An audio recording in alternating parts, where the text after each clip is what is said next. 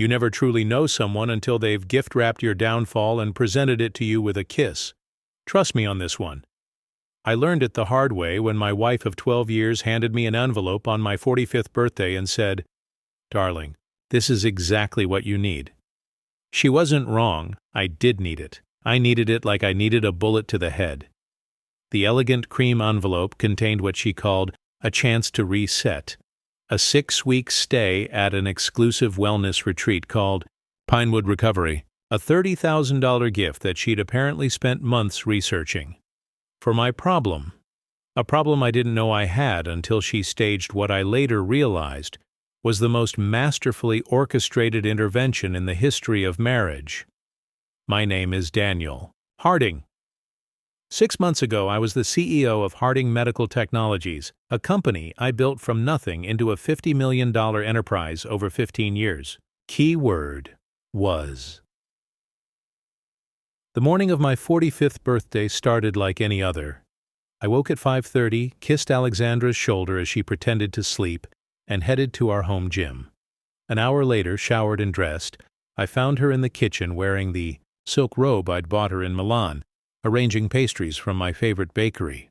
"Happy birthday, love," she said, sliding a cappuccino across our marble island. Her smile reached her eyes in that particular way that still made my chest tighten even after all these years.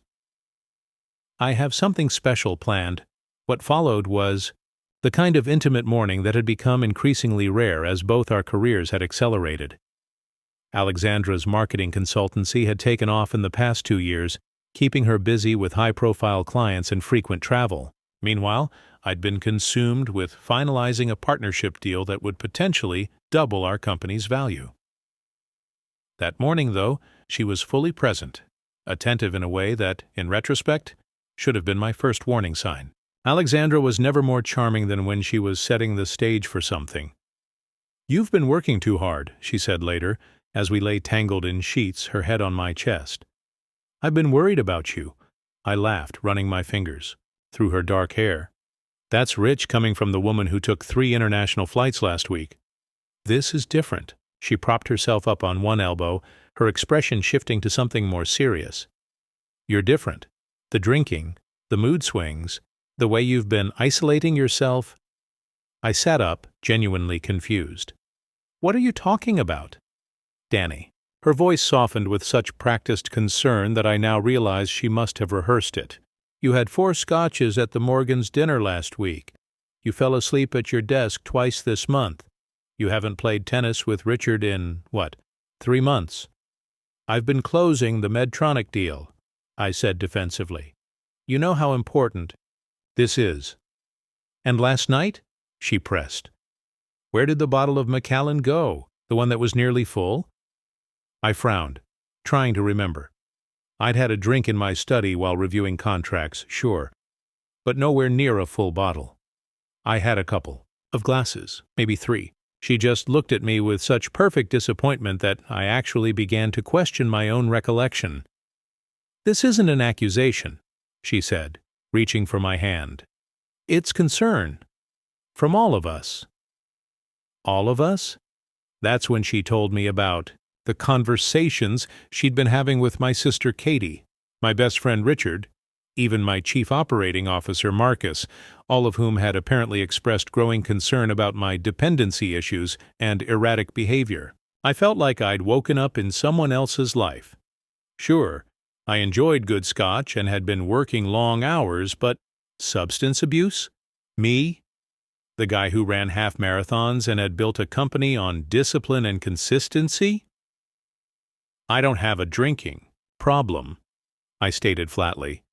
Alexandra's eyes welled with tears that I now know were about as genuine as cubic zirconia. "This is exactly what Dr. Winters said you'd say. Denial is the first obstacle to recovery."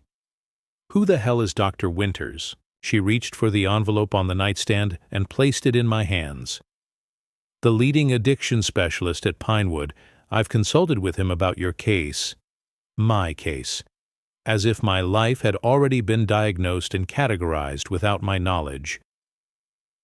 Inside, the envelope was a brochure for Pinewood Recovery, featuring serene images of a lakeside compound that looked more like a luxury resort than a rehab facility. Along with it was a letter confirming my 6-week reservation starting the following day. My birthday gift. "This is ridiculous," I said, tossing the materials aside. "I'm not going to rehab. I don't need rehab." Alexandra took my face in her hands, her expression a masterclass in loving concern. "Just talk to them. For me, for us. The Medtronic deal is nearly done. Marcus can handle the final details. You've built a strong team exactly for moments like this, when you need to step back." "Step back? I have a company to run." She bit her lip, another calculated gesture. "Danny, the board is concerned too. Marcus called me last week. There have been incidents. The slurred speech during the investor call? The missed meetings?" I started to protest, but she continued, "They're prepared to mandate a leave of absence if you don't do this voluntarily." Marcus showed me the draft resolution. That stopped me cold. A mandated leave would become part of the company record, visible to investors, partners, competitors. A voluntary wellness retreat, on the other hand, could be positioned as a proactive health measure.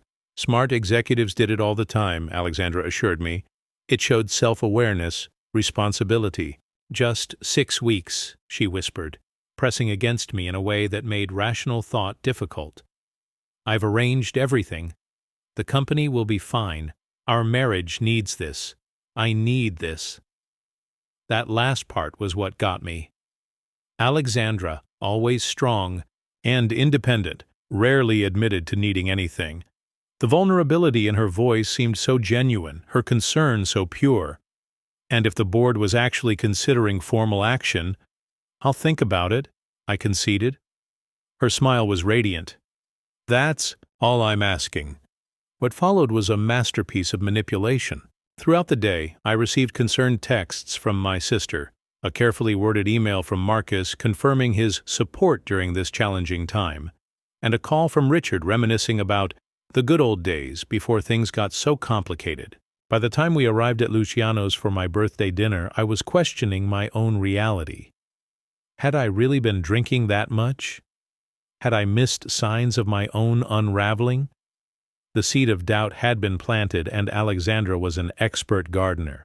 The private dining room contained a small gathering of our closest friends and family, all of whom seemed to be in on the plan. Their conversations were peppered with gentle references to taking care of yourself and prioritizing health. Even the birthday toast, led by my brother-in-law, centered on new beginnings and healing journeys. No one mentioned rehab explicitly, but the subtext was clear. "Everyone in this room believes you have a problem, Daniel. Everyone in this room has been discussing you behind your back." I ordered sparkling water instead of wine, which earned me approving glances from Alexandra. When our friends presented me with going-away gifts, books on mindfulness, luxury pajamas, a journal, the trap was complete. Declining the opportunity at this point would make me appear exactly like the person they had already decided I was, an addict in denial. The next morning, Alexandra drove me to Pinewood herself. We rode in silence through the iron gates and up the winding driveway, lined with the pines that gave the place its name. The facility looked like a cross between a 5-star hotel and a college campus, with elegant stone buildings scattered across manicured grounds. At the circular driveway, a discreet sign read, "Wellness Arrivals." A smiling staff member approached, as Alexandra stopped the car. "This feels wrong," I said, making one final attempt at resistance. Alexandra squeezed my hand. "Do it for us. I'll visit every weekend. 6 weeks will fly by." As the attendant opened my door, she leaned over and kissed me deeply. "I love you," she whispered. "More than you know." Those were the last sincere words I would hear from her. Pinewood Recovery Center operated on a simple principle: complete disconnection from the outside world for the first 2 weeks of treatment. No phones, no internet, no visitors, no external communications of any kind.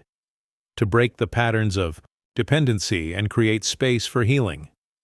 Dr. Winters explained during our initial assessment. Dr. Winters, a tall, gray-haired man with penetrating eyes and an air of unquestionable authority, listened patiently as I explained my situation, that I was here voluntarily but under protest, that I didn't believe I had a substance abuse problem, that this was largely to appease my wife and board. His response was textbook. "Resistance is normal, Daniel. Let's use these first 2 weeks to observe and assess. If at the end of that period we collectively determine you don't require treatment, you're free to leave. In the meantime, approach this as an opportunity for rest and reflection." What could I say to that? It was reasonable, measured, professional, and it was all bullshit, as I would later discover. Those first 2 weeks were not unpleasant, physically speaking. The facility was genuinely luxurious. My residence was essentially a high-end studio apartment overlooking the lake. The food was exceptional, prepared by a chef who'd previously worked at a Michelin-starred restaurant. There were massage therapies, meditation gardens, a state-of-the-art fitness center. Mentally, however, it was increasingly disturbing. 3 times daily, I attended group therapy sessions where actual alcoholics and drug addicts shared harrowing stories of rock-bottom moments. Next to their genuine struggles, my occasional scotch and work stress seemed laughably insignificant. I felt like an imposter, which the therapists assured me was classic denial behavior. When I maintained that I didn't belong there, my resistance was presented to the group as evidence of how deeply entrenched my addiction was. When I pointed out the circular logic of this approach, it was labeled as intellectualizing, another defense mechanism. It was a perfect system designed to pathologize every response except complete surrender to their narrative. By day 10, I began playing along simply to maintain my sanity, nodding in the right places and offering sanitized versions of work stress that could be reframed as triggering situations for my dependency. Throughout it all, I kept reminding myself, just 4 more days until I can use the phone. 4 more days until I can call Marcus about the Medtronic deal. 4 more days until I can hear Alexandra's voice and make her understand this ridiculous mistake. On day 14, I was summoned to Dr. Winters' office, expecting to receive my phone privileges. Instead, I found him sitting with another staff member I'd never seen before, a woman introduced as Dr. Elena Kapoor, the facility's psychiatric specialist. "Daniel, we've been reviewing your progress," Dr. Winters began, "and we have some concerns." My heart sank. "What concerns? I've participated in every session. I've followed all the protocols." "Superficially, yes," Dr. Kapoor interjected. "But both the group therapists and I have noted significant indicators of underlying issues that extend beyond substance dependency. Your sleep disturbances, hypervigilance, emotional detachment, these suggest potential personality disruptions that require additional assessment." I stared at them in disbelief. I'm not sleeping well because I'm literally being held against my will in a facility where I don't belong. I'm hypervigilant because everyone is treating me like I'm crazy when I know I'm not. And I'm emotionally detached because this entire situation is absurd. Dr. Winters nodded, as if my outburst had proven their point. "We're recommending an extension of the communication blackout period for another 2 weeks, during which Dr. Kapoor will conduct a comprehensive psychological evaluation." "That's not happening," I said, standing up. "I was promised phone access. After 2 weeks, my company needs me.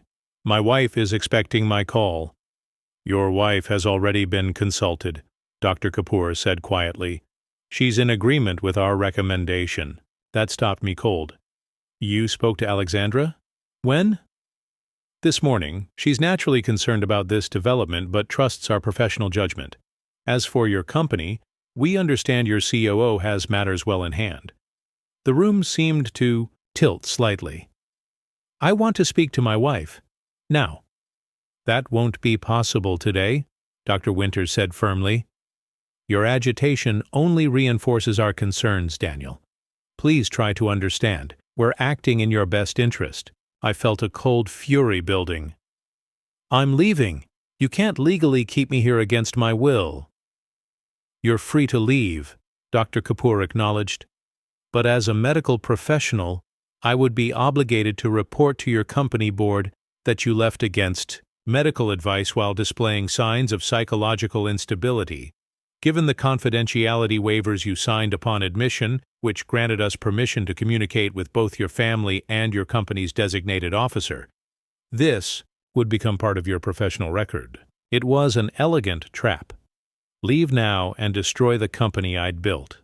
Stay and submit to whatever treatment they prescribed. The choice wasn't really a choice at all. 2 more weeks, I said finally. Then I get full communication privileges, non-negotiable. They exchanged glances before Dr. Winters nodded. Provided your psychological evaluation shows no acute concerns, that's reasonable. I returned to my residence with a growing sense of dread. Something wasn't right. Alexandra's immediate agreement to extend my isolation without even speaking, to me first.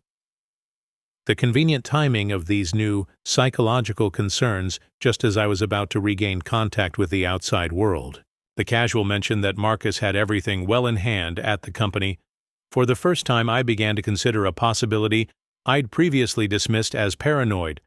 What if this wasn't a misguided attempt to help me? What if it was something else entirely? I needed information, and I needed it now. But how in a facility designed specifically to isolate its residents from the outside world? The answer came in the form of Jeremy, a young orderly who delivered meals and fresh towels to the residences. Jeremy, I had noticed, seemed less indoctrinated than the other staff, often rolling his eyes slightly during particularly intense group therapy declarations. He was also perpetually short on cash, judging by the frequent phone calls he took about overdue bills. Over the next 3 days, I cultivated a relationship with Jeremy, expressing interest in his music aspirations. He was in a band, and gradually establishing myself as the sympathetic, wrongfully committed resident. On day 4, I made my move, offering him $500 for 5 minutes with his phone, money to be collected from my wallet at home once I had regained my communication privileges. Jeremy hesitated but ultimately agreed, his need for rent money overcoming his professional scruples. The next evening, he slipped me his phone during dinner delivery, promising to return in exactly 5 minutes. I didn't waste time calling Alexandra or Marcus. They were potentially part of whatever was happening. Instead, I called Katie, my sister, who answered on the 3rd ring. "Katie, it's me, Danny," I said urgently. "I don't have much time. I need you to tell me what's happening at the company." The silence on the other end stretched for several seconds. "Danny, where are you calling from?" Alexandra said all communications had to go through the facility. "Just tell me about the company, Katie. Please, is the Medtronic deal done?" Another pause. "You don't know?" Her voice contained a strange mix of pity and discomfort. "The deal fell through weeks ago. Marcus said you sabotaged it somehow. There was an emergency board meeting. Alexandra had to get involved to stabilize things." My blood ran cold. "That's impossible. The deal was practically finalized." "What exactly did Marcus say I did?" "Something about inappropriate communications with their CEO's wife? And financial discrepancies that you tried to hide?" "I don't know the details, Danny. Alexandra has been handling everything while you're getting better." Inappropriate communications, financial discrepancies. These were outright lies. I had never so much as spoken to the Medtronic CEO's wife, and our financials were impeccable. I had personally reviewed every report. "Katie, listen to me. Something's wrong. I'm being kept here against my will. Alexandra and Marcus are—" "Danny, stop." Katie's voice hardened. "Alexandra has been incredible through all of this. Do you know what it took for her to come forward? About your drinking, about the affairs, about the company funds. She could have just divorced you, but she's still trying to help you recover." Affairs? Company funds? The fabrications were multiplying. "None of that is true, Katie. I've never—" "I saw the evidence myself," she interrupted. "The hotel receipts, the transfers, the texts. Alexandra showed us everything when she was explaining why you needed treatment. She's protecting you, Danny. Without her intervention, the board would have pressed charges." My mind raced. How had Alexandra created such elaborate false evidence, and why? What possible motivation could she have for destroying my reputation and imprisoning me in rehab? "I need you to do something for me," I said, struggling to keep my voice steady. "I need you to check the company registry. See if there have been any changes to the ownership structure or board composition." "Why would I—" "Please, Katie. If everything's as it should be, then you've lost nothing but a few minutes online. If it's not—" I let the implication hang. Jeremy was at the door, gesturing frantically that my time was up. "I have to go," I said. "Just check, Katie. And if you find anything unusual, call Richard. Don't tell Alexandra." I ended the call and handed the phone back to Jeremy, my mind spinning with new possibilities, each more disturbing than the last. 2 more excruciatingly slow days passed before Jeremy returned with new information. Katie had indeed checked the company records and, alarmed by what she'd found, had contacted Richard as I'd suggested. Between dinner delivery and pickup, Jeremy managed to whisper, "Your friend Richard is trying to reach you. Says it's urgent. Something about ownership restructuring." Ownership restructuring. The words hit me like a physical blow. The next evening, Jeremy didn't show up with dinner. Instead, a different orderly I'd never seen before delivered my meal with professional detachment. When I casually asked about Jeremy, he informed me that Jeremy was no longer with the facility. My lifeline to the outside world was gone. 2 more days passed in a haze of therapy sessions and evaluations that felt increasingly like psychological torture. Without Jeremy, I had no way to communicate with the outside world, no way to verify what was happening at my company, no way to counter whatever narrative Alexandra and possibly Marcus were constructing in my absence. Then, on the 34th day of my treatment, an unexpected opportunity presented itself. Dr. Winters announced during morning group that we would be taking a guided nature walk along the facility's perimeter trail, an unusual deviation from the normal schedule. More unusually, he mentioned that the walk would take us near the facility's western gate, where deliveries were received. A delivery entrance meant delivery trucks. Delivery trucks meant drivers, people from outside the Pinewood bubble who wouldn't know or care about my treatment plan. During the walk, I positioned myself at the back of the group, feigning a slower pace due to a manufactured ankle issue. As we approached the western area of the grounds, I could see the service gate about 100 yards away, partially obscured by trees. A delivery van was just pulling in. I waited until Dr. Winters and the group had rounded a bend in the trail, then simply walked away in the opposite direction, moving quickly but casually toward the service area. The delivery driver, a middle-aged woman in a FedEx uniform, was unloading packages when I approached. She glanced up, unsurprised to see me. "Excuse me," I said, with what I hoped was a disarming smile. "I hate to bother you, but my phone died, and I urgently need to call my office. Could I possibly use yours for just a minute? It's a work emergency." She looked me over and shrugged. "Sure, I guess. Make it quick, though. I'm behind schedule." She handed me her phone, and I immediately called Richard's cell. "Richard, it's Danny," I said urgently. "I don't have much time. Tell me what's happening at the company." "Jesus Christ, Danny, where have you been? We've been trying to reach you for weeks. The facility keeps saying you're not stable enough for outside communication." "I'm not in rehab. By choice," I said bluntly. "I think Alexandra and Marcus are working together. Katie mentioned ownership restructuring." Richard's voice dropped to a near whisper. "It's bad, Danny. Really bad. Alexandra presented documentation to the board showing she had 51% ownership of the company. Paperwork you apparently signed last year giving her controlling interest as part of some marital agreement." "That's impossible," I said, feeling physically ill. "I never signed any such agreement." "The documents look legitimate, Danny. They have your signature, notarization, the works. She's already replaced 3 board members with her own people. Marcus is now CEO. The official story is that you had a breakdown, embezzled company funds to support a drug habit, and are now in long-term treatment." My mind raced. The only way Alexandra could have obtained my signature on such documents was through forgery or by burying them in other paperwork I had actually signed. How many times had she asked me to sign things in the past year? Birthday cards, insurance renewals, property tax documents. The rehab, I suddenly realized. The consent forms when I entered. She must have slipped the ownership transfer in with them. "Danny, there's more," Richard said, his voice grim. "They've frozen your personal accounts. All of them. They're claiming it's to prevent you from accessing funds while mentally incapacitated. Alexandra has filed for legal guardianship, citing your dangerous dependency issues and psychiatric instability."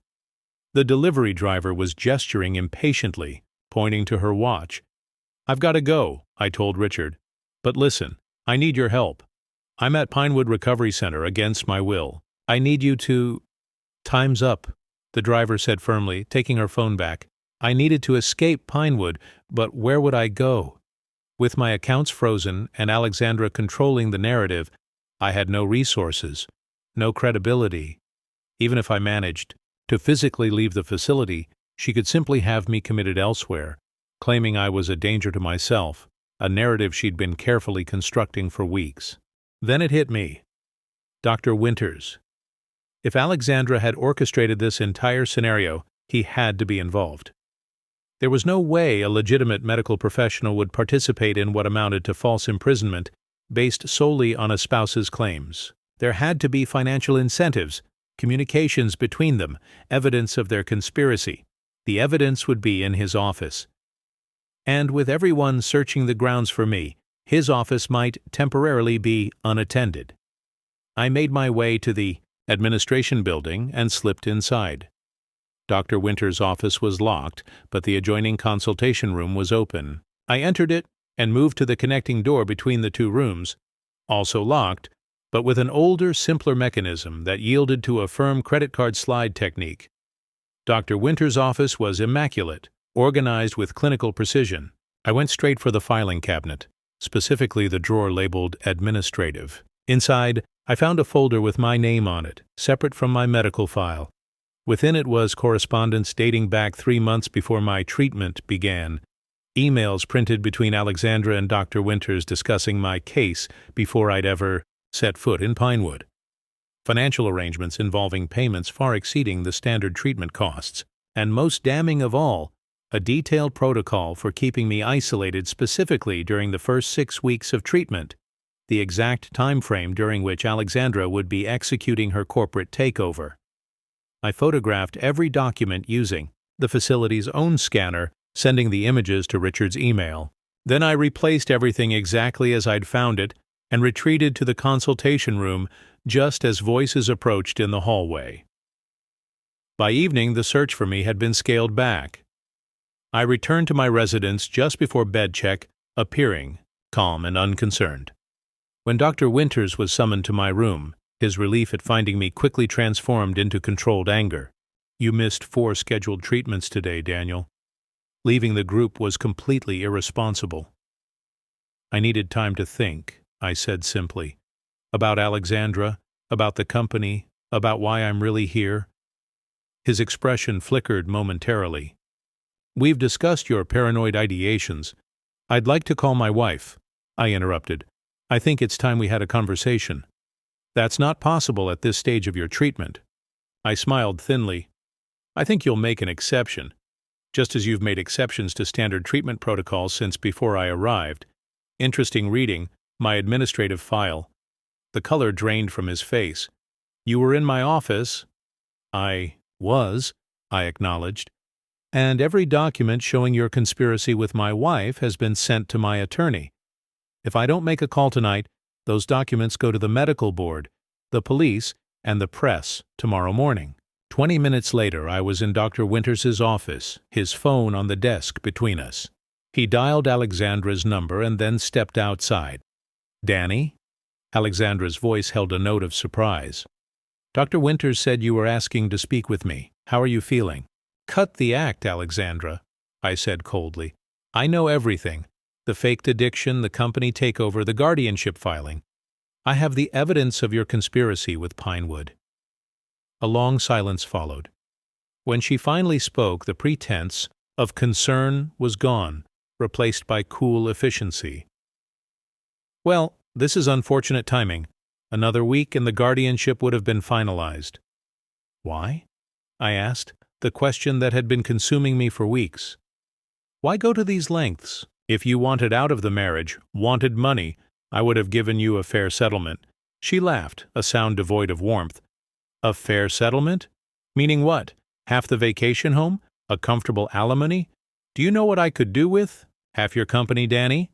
I had plans for HMT long before you were out of the picture." "Plans with Marcus?" "Marcus is a tool," she dismissed. "Useful temporarily, but eventually replaceable. The company was always the prize. Not him, not you." "What about the fake evidence?" I asked. "The affairs, the embezzlement. Katie said you showed her proof." "Amazing what you can create with basic Photoshop skills and access to someone's email for 15 years, she replied almost proudly. "The beauty is, even if you fight this, the damage to your reputation is already done. The board has seen the evidence. Your family has seen it. Your friends have seen it. Who are they going to believe? The devoted wife who reluctantly came forward out of concern, or the addict claiming conspiracy from rehab? She was right, and we both knew it. She had constructed the perfect trap, one that would hold even if I managed to physically escape it, but I had one card left to play." "The Cayman accounts?"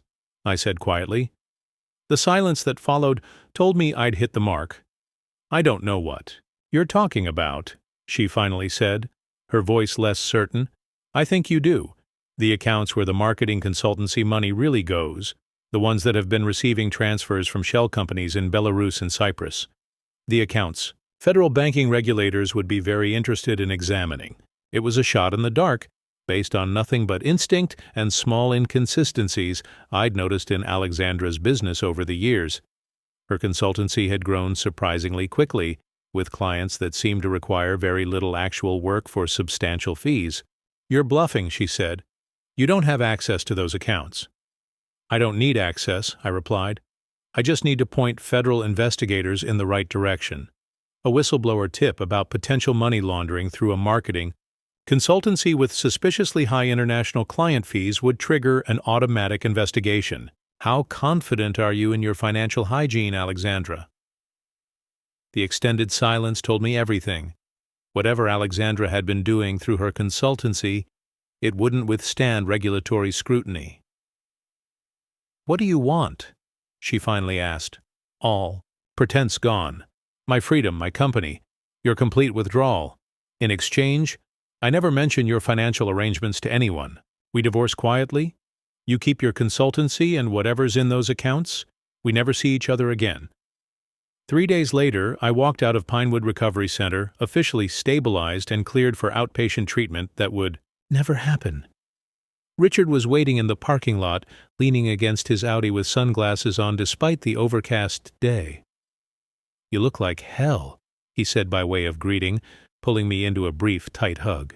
"How rehab will do that to you," I replied, tossing my single bag into his back seat, especially the involuntary kind. The board had received an urgent communication from Alexandra, confessing that her concerns about my condition had been exaggerated, due to emotional distress over marital issues. Documents she had previously shared regarding company ownership were being withdrawn pending review by independent counsel. Marcus had abruptly resigned, citing personal reasons that required his immediate attention outside the country. No one had heard from him since. 6 months later, the divorce was finalized with minimal drama. Alexandra had relocated to London according to mutual acquaintances. Her consultancy continued to thrive, though with a notably different client base. Our paths never crossed again, which suited me perfectly.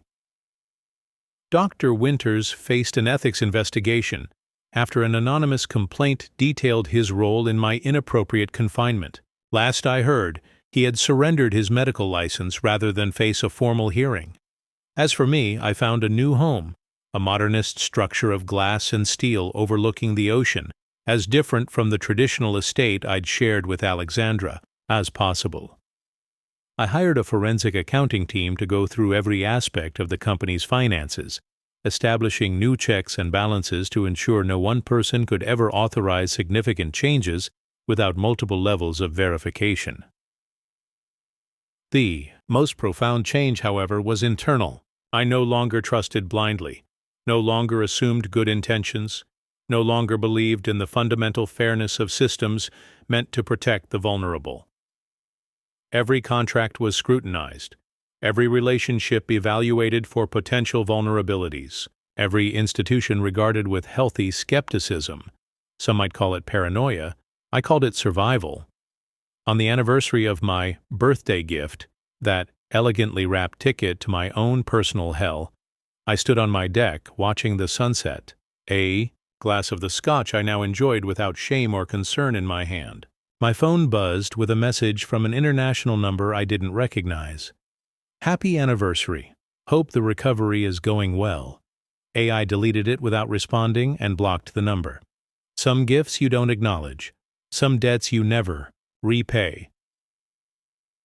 That night, as I prepared for bed in my fortress of solitude, I realized something that made me laugh out loud in the empty house. Alexandra's gift, the 6 weeks of enforced isolation and contemplation, had indeed been exactly what I needed, just not in the way she'd intended. It had shown me the true nature of the woman I'd married, the vulnerabilities in the company I'd built, the weaknesses in the relationships I'd cultivated. It had forced me to develop a resilience and clarity I might never have found otherwise. Some gifts reveal their true value only in retrospect. Some lessons are worth the price of admission, however steep, and some betrayals, paradoxically, set you free.